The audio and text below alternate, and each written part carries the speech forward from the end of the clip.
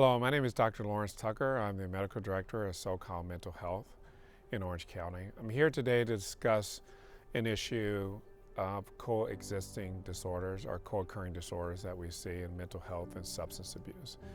The obviously mental health issues, but the other issues of benzodiazepine use, alcohol use, methamphetamines, opiates, and we're also seeing increased issues with marijuana use. Marijuana today has been really psychedelic, really high levels of THC content, and can lead to some other mental health issues.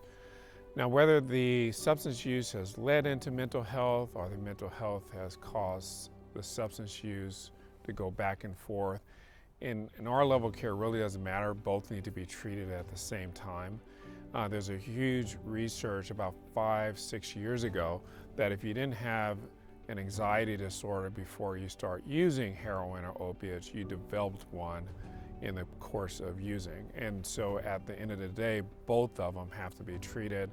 It can't be ignored. And what's fascinating is the anxiety disorders that developed after using opiates, becoming sober, persisted. So these drugs do cause changes in the brain that do have to be treated long-term, sometimes just short-term, but long-term as well.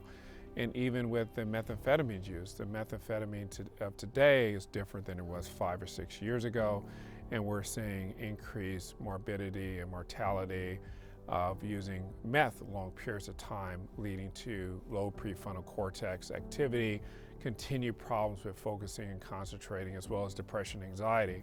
So our goal here is when we do have someone who has coexisting medical issues and psych issues and drug issues, is obviously to treat everyone with their issues.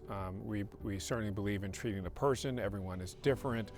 We will detox and stabilize people who've had substance use issues, whether it's benzodiazepine, alcohol, opiates, meth, etc., and treat both of those issues till they are stable, and continue to address those issues that are leading into their mental health. It could be a causative factor, again, but it's a cycle, a spiral that will persist if you don't actually address both things.